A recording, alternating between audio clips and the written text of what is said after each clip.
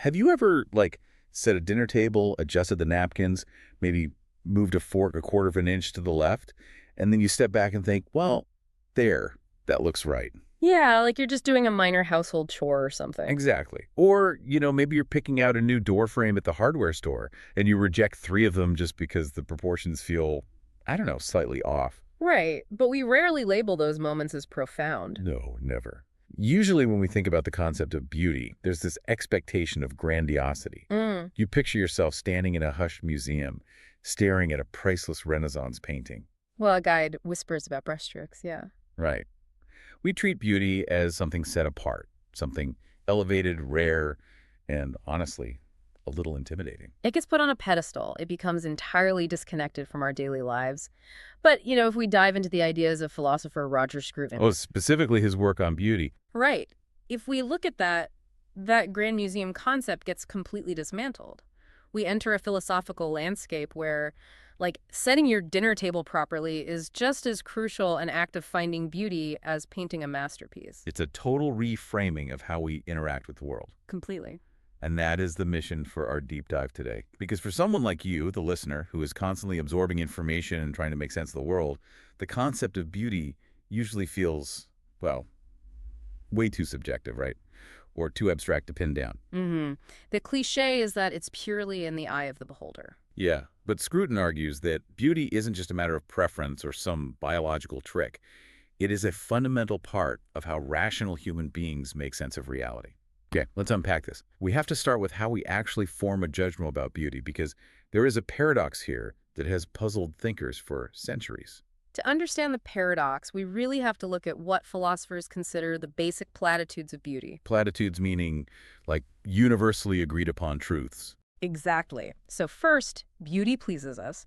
Second, it gives us a reason to pay attention to an object. But the most crucial platitude, and this is key, is that a judgment of beauty is always about the object itself, not our own feelings. Okay, so when you declare that a sunset or a painting is beautiful, you are making a claim about that thing in the world. You're not just describing your own internal state of mind. Right. You're not just saying, I just ate a good sandwich and I feel great. Yeah, you're pointing outward and saying that object possesses a specific quality. And because the quality belongs to the object, there are no secondhand judgments of beauty. Wait, what do you mean by secondhand judgments? I mean, you cannot be argued into finding something beautiful through logic or hearsay. You have to experience it yourself. Oh, right. Think about Jane Austen's novel Emma. There is this brilliant moment where the character Jane Fairfax calls a man, Mr. Dixon, plain, but she does this based entirely on what other people have told her. She explicitly ignores her own direct experience of the guy. Exactly. She says, I gave what I believe the general opinion when I called him plain. She is merely reporting data.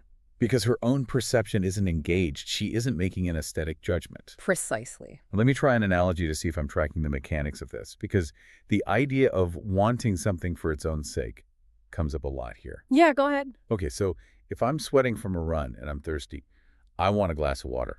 Literally any glass of water will do. The goal is just to quench the biological thirst. Right. The water itself is totally interchangeable. Exactly. But what if I'm looking at a fruit bowl on my kitchen counter and I want a very specific peach? Not because I'm hungry, but just because the colors are perfectly blended and the shape is striking. I want it because it's beautiful. That peach analogy is the perfect way into what philosophers call disinterested interest. Disinterested interest sounds like an oxymoron. It does, but the mechanics make perfect sense. When you're thirsty, your interest is driven by a biological deficit. You want to consume and destroy the water to fix your deficit. Right. But if you want that specific peach for its beauty, no other peach will do. And here is the kicker. Eating the peach doesn't actually satisfy the aesthetic desire you have for it. Oh, because destroying it ruins the experience. Exactly. You just want to contemplate it. Consider how we listen to music. Oh, like the classical music example from the text. Yeah. If you sit down to listen to a specific Mozart string quartet and a friend swaps the audio for Haydn, saying, try this, it's also classical music, it will do just as well. They have fundamentally misunderstood your state of mind. Completely. You aren't just looking for generic background noise to fill a biological need for sound. You want to contemplate that singular, irreplaceable object. This raises an important question, though. If that intense single-object contemplation is the core of beauty, how does that survive in a chaotic environment like a modern city? Whoa. Because we don't live our whole lives staring at singular peaches or listening to Mozart in a vacuum. Most of our day is spent walking down loud streets or sitting in messy offices. It doesn't survive well. And that leads to a phenomenon called aesthetic overload. Aesthetic overload. Yeah. If you try to pursue absolute ideal beauty all the time, it becomes self-defeating. Imagine if every single building in a city was screaming for your attention, demanding that you stop and contemplate it like a Mozart quartet. That sounds exhausting. The result wouldn't be beautiful, it would just be visually chaotic. Which introduces the necessity of minimal beauty in our everyday lives. Here's where it gets really interesting. You can see this tension perfectly in architecture. Think about a city like Venice. Oh, definitely. You have Baldassare Longhina's breathtaking church, Sta Maria della Salute, sitting right on the Grand Canal. It is an undeniable masterpiece.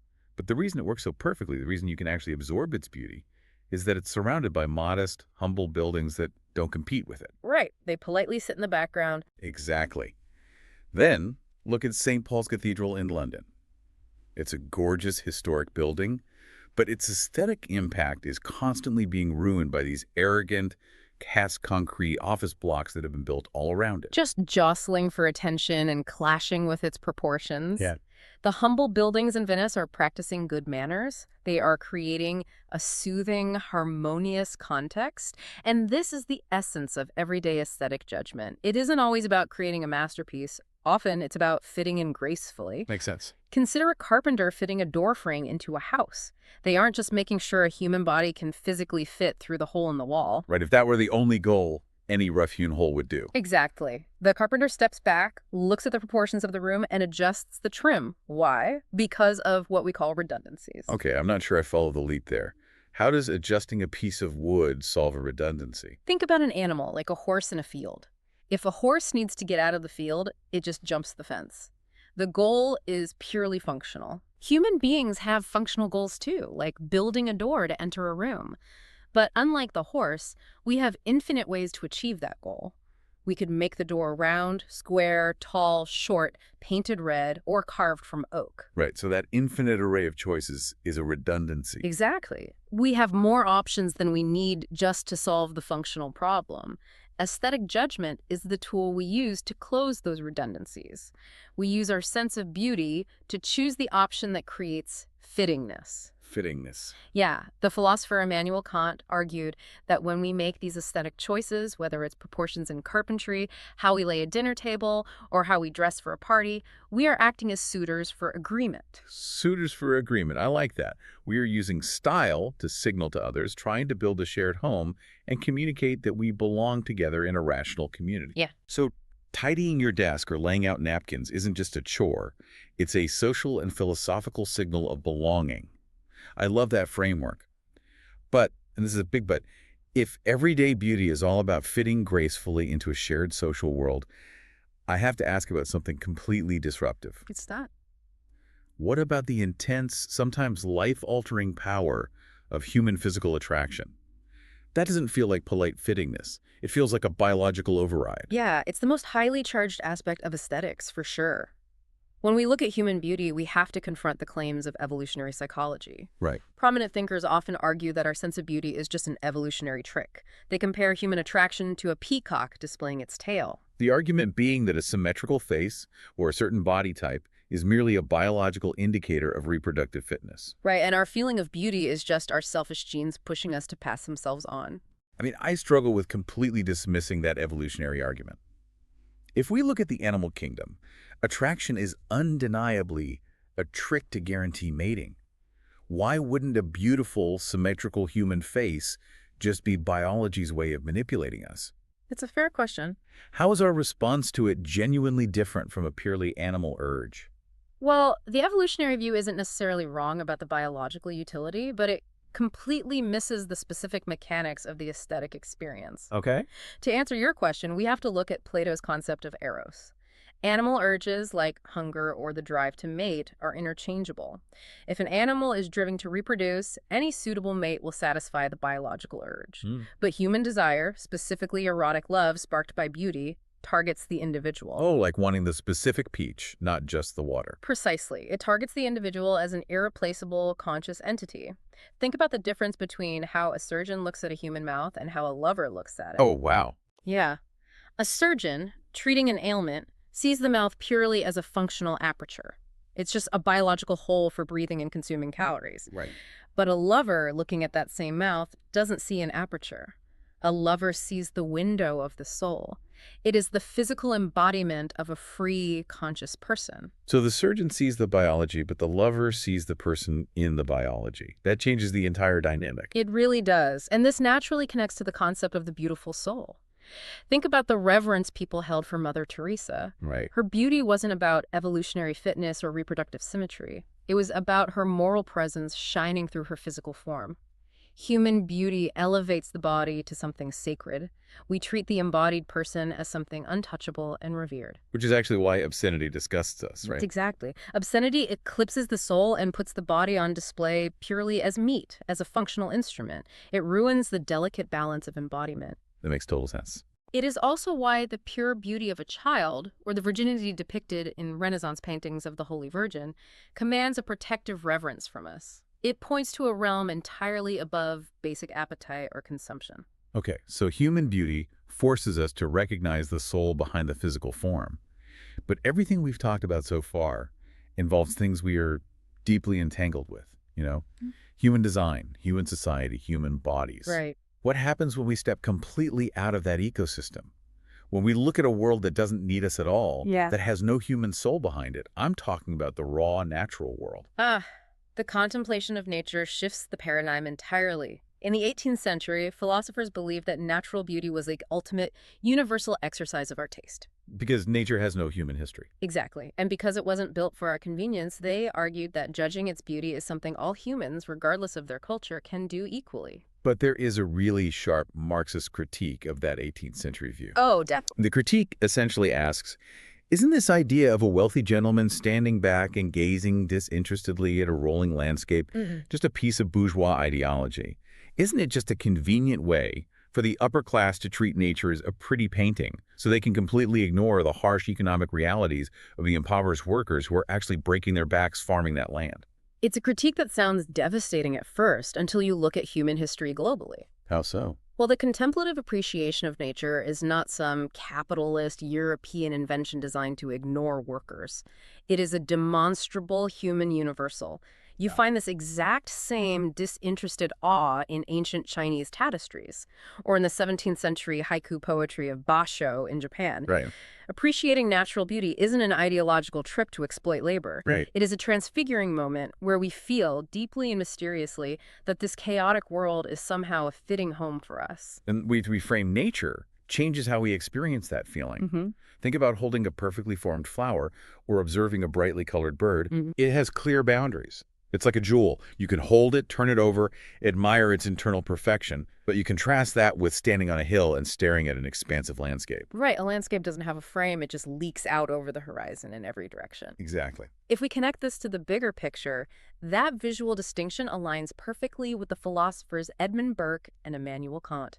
They divided our experience of nature into two profound categories, the beautiful and the sublime. The psychological difference between those two is wild. Yeah, it is. The beautiful is like looking at a serene English sheep pasture on a sunny day.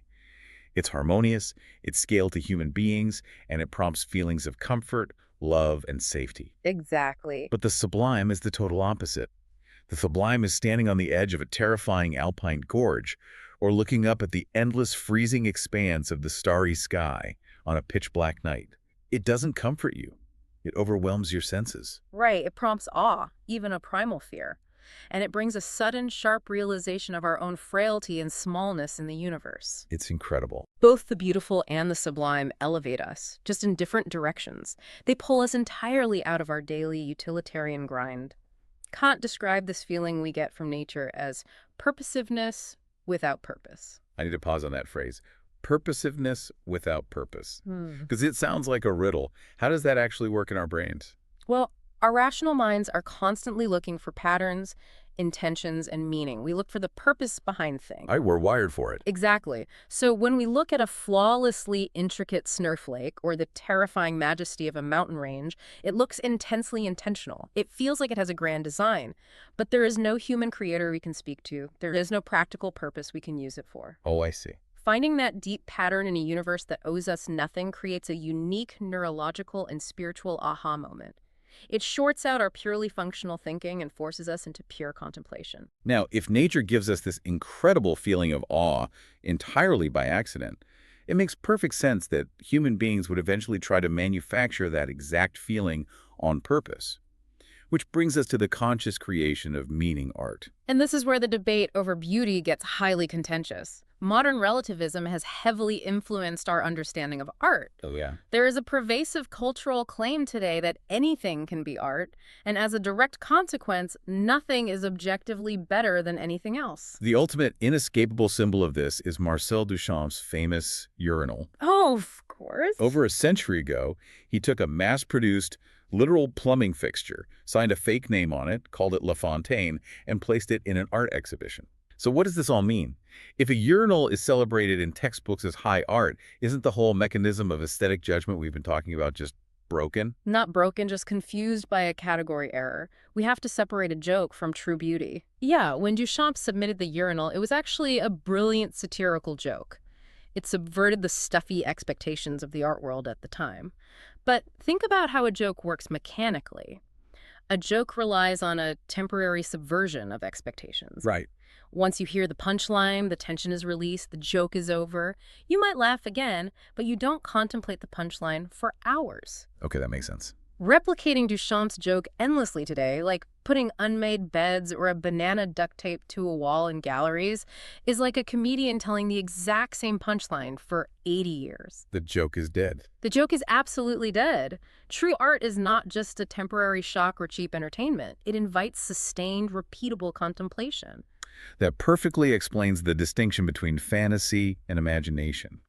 Fantasy is what you get from modern advertisements, video games, or reality TV. It offers a direct surrogate fulfillment of your desire. Right, it tries to trick you into thinking it's real so you can passively consume it. But imagination requires work. Exactly. True imagination creates a deliberate, sympathetic distance. It doesn't trick you. It uses style and convention to present an imaginary world that you can ponder impartially. Consider the legendary director Ingmar Bergman.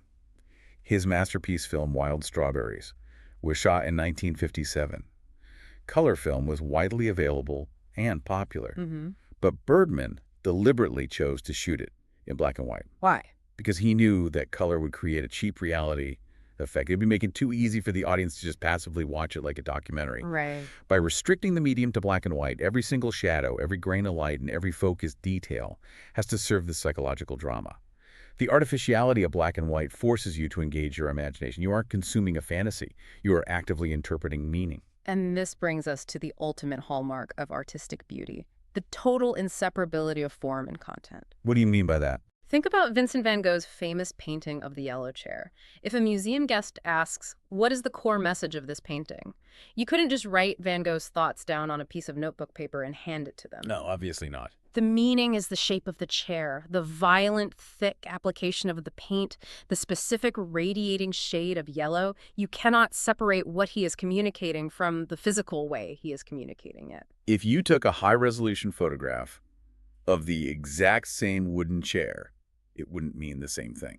The style itself is the meaning. What's fascinating here is that true art becomes the ultimate arena where all these threads combine. Oh, well, yeah. Our everyday drive to create a fitting style, our deep reverence for the human soul, our awe at the purposeless majesty of the natural world, they all synthesize in art to create eternal monuments to the human spirit. So, if we accept Scruton's premise that adjusting a door frame to look right, revering the terrifying scale of the Alps, and losing yourself in a Van Gogh painting are all exercising the exact same rational muscle, then beauty is definitely not a luxury reserved for museums. No, not at all. It is the literal glue of human society. The next time you are carefully laying out a dinner table for guests, or pausing to look at a wildflower growing through a crack in the sidewalk, Remember that you aren't just distracted. You are actively trying to find your fitting place in the world. Beautifully said. Which leaves us with a rather dangerous question to ponder. It is the natural consequence of everything we've unpacked today. If the pursuit of beauty is how we build a shared home and signal to each other that we belong together, what happens to the future of our society if we completely surrender to the modern relativist idea that nothing is objectively better than anything else? If we abandon the shared pursuit of beauty and say it's all just subjective preference, are we also abandoning our ability to build a shared home at all? A vital question for all of us to consider. Thank you for joining us on this deep dive. Keep seeking out those moments of awe in the world around you, and we'll see you next time.